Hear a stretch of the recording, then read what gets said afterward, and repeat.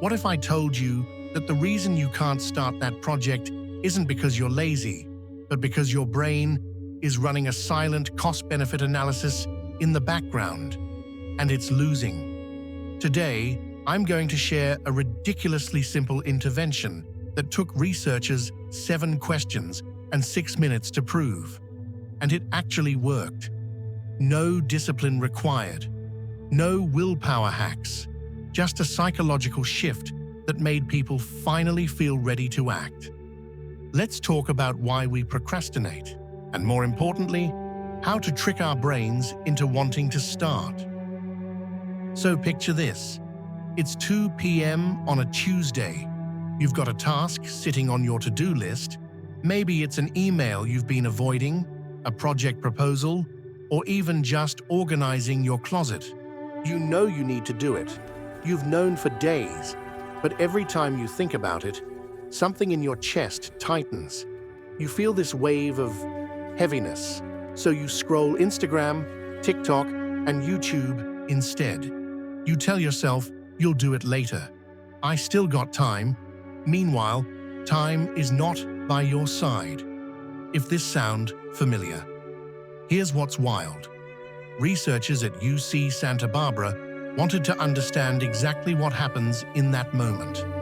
So they recruited over 1,000 people who were actively procrastinating on something. They split them into groups.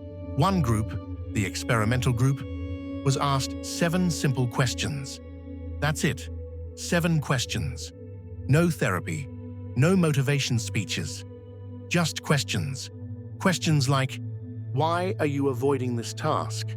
What are the benefits of finishing it? What's one tiny subtask you could do right now? How long would that take? How will you reward yourself when it's done? The other groups, they just named the task they were procrastinating on or answered boring neutral questions like, where do you have to complete this task? Then everyone rated how likely they were to actually do the task in the next 24 hours. And here's the kicker. The group that answered those 7 questions reported being significantly more likely to complete their task. Not by a huge margin, this isn't a magic pill, but enough to matter. Enough to shift the needle from, I'll do it eventually, to now I feel like I'm going to get to it soon. Why? Because those questions didn't just make them think about the task, they made them reframe it. Okay, so what's actually happening here? Let's get into the psychology. Procrastination isn't about laziness, it's about emotion regulation. When you look at a task and feel dread, boredom, or overwhelm, your brain does something clever. It avoids the discomfort by prioritizing short-term relief. You're not choosing to procrastinate, you're choosing to feel better right now. But here's where it gets interesting. Researchers have developed something called the Temporal Decision Model of procrastination. It says that in every moment, your brain is weighing 2 things: task aversion, how unpleasant the task feels, outcome utility, how valuable finishing it seems. If the aversion outweighs the value, you delay. If the value outweighs the aversion, you act. Most procrastination interventions try to reduce task aversion through therapy, mindfulness, reframing your thoughts. And that works, but it takes time. This study did something smarter. It boosted outcome utility instead.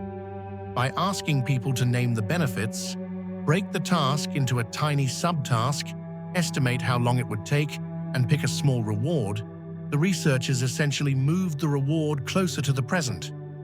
Instead of thinking, I have to finish this huge report by Friday, you think, I can write the intro paragraph in 15 minutes and then get a coffee. Suddenly, the psychological distance shrinks. The task feels more achievable. The reward feels more real. Your brain stops seeing it as a mountain and starts seeing it as a stepping stone. And here's the beautiful part.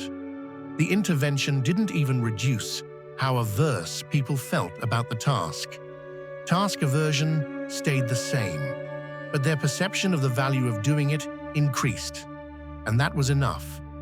The study also found that people's mood improved, and they felt a bigger gap between the value of finishing and the discomfort of starting. That gap, that sense of the outcome is worth more than the pain, was what predicted whether they'd actually follow through.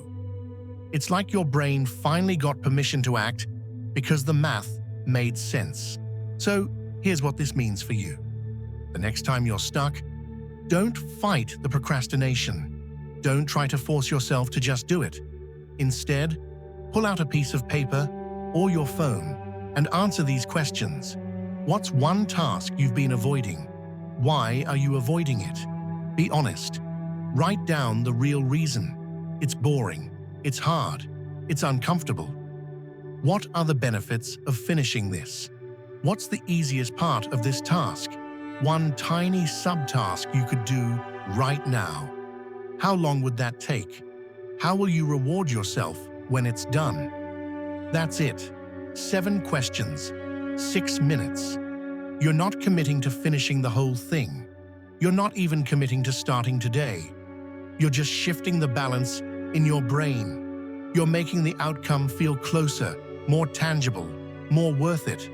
And maybe, just maybe, you'll find yourself thinking, okay, I could do that. And that tiny shift, that's where action begins. Because procrastination isn't about who you are. It's about how your brain sees the choice in front of you. And when you give it better math, it makes better decisions.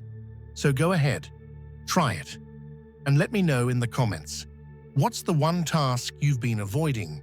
And what's the tiny subtask you're going to tackle first? You've got this. If you are still here, this helped, hit subscribe. I break down psychology research like this every week. And if you want to dive deeper, I've linked the full study in the description.